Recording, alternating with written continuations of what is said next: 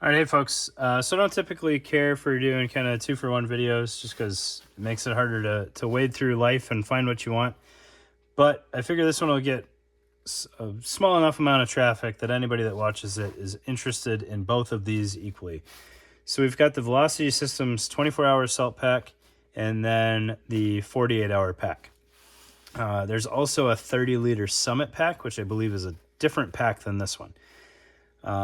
In the past, I did the 24-hour MOLLE mounted pack. This one is not MOLLE mounted. I believe the size is a little bit different and some of the features may be a little bit different.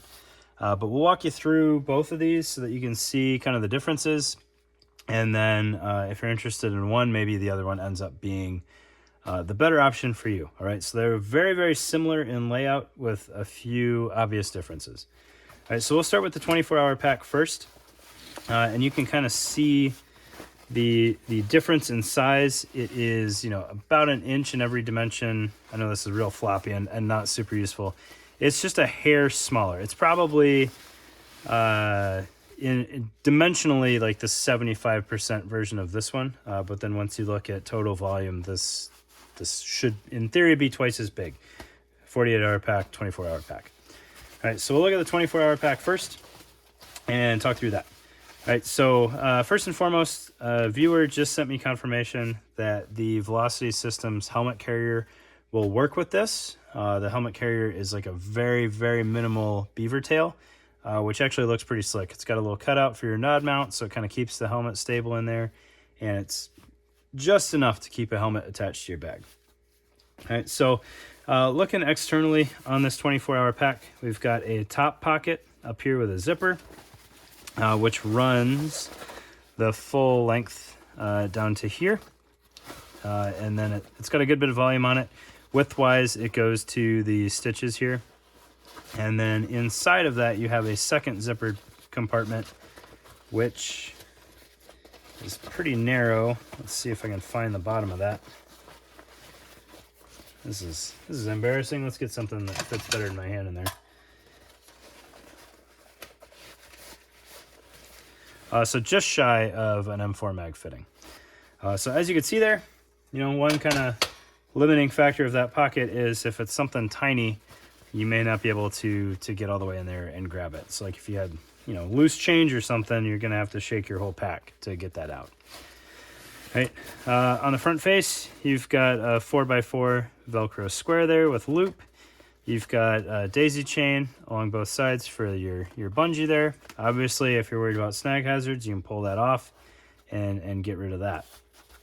Nothing on the bottom as far as mounting, but you can get kind of a good estimate of how much volume you're going to get here. It's about 4 or 5 inches deep at the bottom there. Looking at the sides, you've got kind of a goofy MOLLE footprint. You've got 3 columns and then 2 columns. So you can put a radio pocket there or something like that. I don't know necessarily what you would go 3 wide on with only 2 rows, but you've got it. Other side has the exact same setup. And then you've got compression straps kind of coming a little bit higher on the body side and then angling down towards the front of the pocket. So they stay out of the way of the zipper nicely. They let kind of everything kind of open up really well. And then you can obviously torque it down as needed. Looking internal on the pack, you've got a bladder sleeve and then a bladder hanger. So that keeps your bladder in place well. Other than that, it's just wide open in there. And then you do have a top pass-through for your bladder routing, which is nice and open. So bite valves and covers and everything is going to fit through there fine. And then you've got kind of the elastic there to help kind of seal that shut. You do have a top handle, which is also a little bit of a daisy chain there. So that works out well for securing any kind of antennas or anything, or taking up some of that bladder hose if needed. And then looking at the back portion here, so you've got spacer mesh and some fairly nice straps for as minimal as they are. Again, with full daisy chain, a sternum strap that you can reposition, and plenty of strap to wear over your plate carrier as needed. It does have a repair buckle here. I would imagine that's just because that's what Velocity had in stock. But that is kind of interesting to have that TriGlide be a repair buckle. All right, so we'll get that out of the way. And we'll bring in the 48-hour version here. So, main difference, instead of that daisy chain and elastic, you have a stretch pocket coming off the front. It has a good bit of volume on that stretch pocket, so if you didn't crazy overload your pack, you could fit something like a Chia in there without any issues. If the pack was very full, you might struggle a little bit to get that in and out. It has a simple webbing strap there to secure it. And then you've got your main pocket here, which again runs the full length of the pack down to the bottom of the stretch pocket. And you have your internal pocket. On this one is much bigger, so you can reach into it no problem, but it runs about the same depth. Maybe actually a little bit less deep. I think it's a shallower pocket. Nope, I was wrong. Same depth, all right? Just about an M4 mag, not quite. So that is the front of the pack. Slightly different setup on the sides here. So you have the same MOLLE footprint on the left side as worn, but then on the right side as worn, you have a bottle pocket there. I would not put a Nalgene in there. Just with the taper and everything, it's going to just kind of squeeze that Nalgene up. But like your 16.5 ounce water bottles, your deployment water bottles, all of those will fit in there just fine. You might be able to fit 2 in there, depending on how full the pack is. Right. Looking at the internal volume here, or internal portion, it is set up almost identically to the 24-hour version. You've got a wide open body there. You do have a bladder pocket, but oddly enough, you don't have a hanger. There's a little bit of padding here, so I've been using it as a tablet sleeve and more of an everyday pack.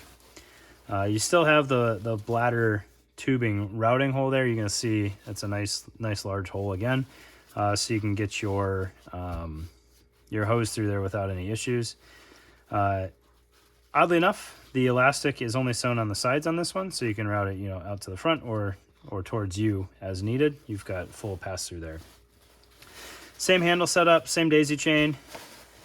And then looking at the side, or the body side, you still have the spacer mesh. The straps are slightly wider. They're not lined with mesh. They have kind of a tweave material on them. But other than that, the straps are set up the same. Very comfortable straps, again, for how minimal they are. Neither of these get in the way, so you don't need to freak out that you can't direct mount your pack. They work out really well. This one, I don't think you could put the helmet carrier on very well. If you absolutely had to, you might be able to attach it to the base of your shoulder straps there on the bottom, and then up towards the top. I don't know if it would tie into the daisy chain or how that would work exactly. I wouldn't recommend the helmet carrier on here. 24-hour pack, yes. This one, no. And then it's marketed as fitting the 30-liter Summit. So if you need a bigger pack, that might be the way to go for that one.